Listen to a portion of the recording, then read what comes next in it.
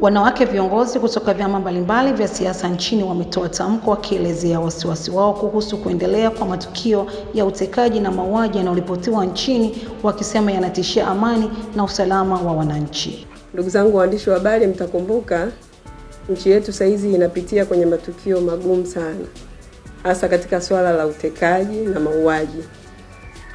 Sisi kama wanawake viongozi ndani ya vyama tumeona tulizungumzie hili kwa sababu swala la utekaji linaleta hofu kubwa kwa wananchi.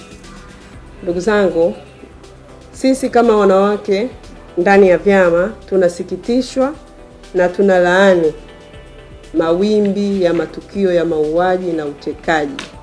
Kwani Katiba ya Jamhuri ya Muungano wa Tanzania ibara ya 14 na 15 inatambua kila binadamu ana haki ya kuishi kwa usalama.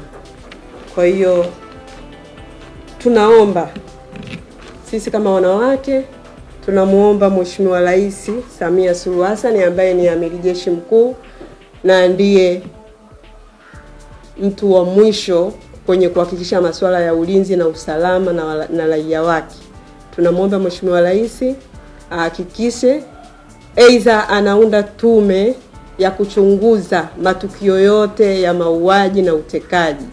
Kama kuna watu wanajiteka au kuna watu wanatekwa, basi tunaomba swala hili Mheshimiwa Rais aliingilie kati kuhakikisha hao wanafanya vitendo hivyo wanagundulika na wanachukuliwa hatua stahiki kwa mujibu wa sheria ya Jamhuri ya Muungano wa Tanzania.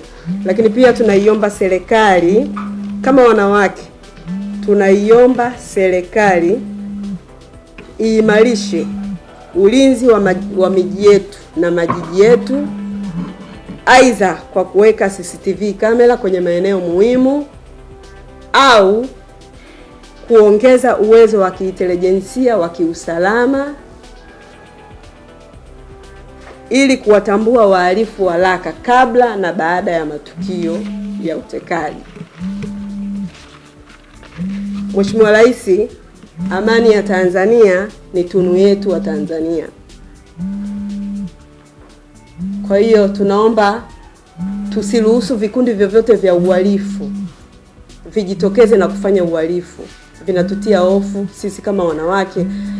Tukienda kwenye mashughuli zetu, yani tunakuwa na hofu wakati wote kwamba hatujui lini wala siku haya matukio yatakomeshwa. Kwa hiyo tunaomba Mheshimiwa Rais akiwa kama Amiri Jeshi Mkuu ahakikishe hawa watu wanaofanya hivi vitendo wanachukuliwa hatua kali kwa mujibu wa sheria, ili nchi yetu ibaki kuwa salama salimini na Watanzania wote wafaidi matunda ya nchi yao, kwa sababu sisi Tanzania tunasifika duniani kote kwamba tumedumisha amani. Yani amani iko muda mrefu kwenye nchi yetu.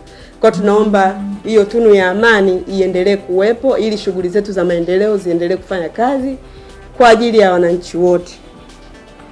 Aidha, sisi wanawake viongozi ndani ya vyama tuna imani na mamlaka ya Mheshimiwa Rais Samia. Serikali kwa ujumla ina vyombo vingi vya intelijensia. Nina uhakika na imani kabisa kwamba hili swala wakilifanyia kazi la watekaji watawajua na watawakamata, kwa sababu wengine huwa wanatambulika kwamba fulani na fulani wamefanya hiki. Kwa hiyo serikali ilifanyie kazi hili, kwa sababu hili kazi linatupa hofu. Mtu unaenda kwenye shughuli zako, labda shughuli zinaisha saa 4, unaamua kukimbia mapema kurudi nyumbani kwa kuhofia. Hii inaturudisha nyuma kimaendeleo na maendeleo ya taifa kwa ujumla. Kwa hiyo niombe sana sana serikali, hao wanaojiteka wanatakiwa wakamatwe, waeleze kwa nini wamefanya hivyo. Hao wanaoteka wakamatwe, tuwajue, tena waonyeshe hadharani, tuwajue na wachukuliwe hatua za kisheria kwa mujibu wa sheria za nchi.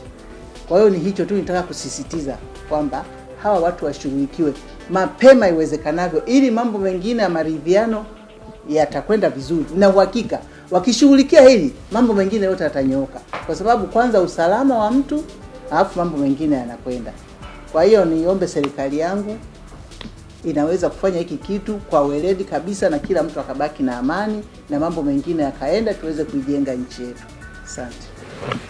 Mheshimiwa Daktari Amiri Jeshi Mkuu Samia Suluhu Hassan ameweza kusimamia vizuri amani ya nchi yetu katika shughuli mbalimbali, katika maeneo mbalimbali, na kwa upande wetu sisi wanasiasa tunaona juhudi kubwa anazozifanya kuhakikisha tunakuwa taifa ambalo tuna umoja, tuna mshikamano na tuna ustawi mkubwa.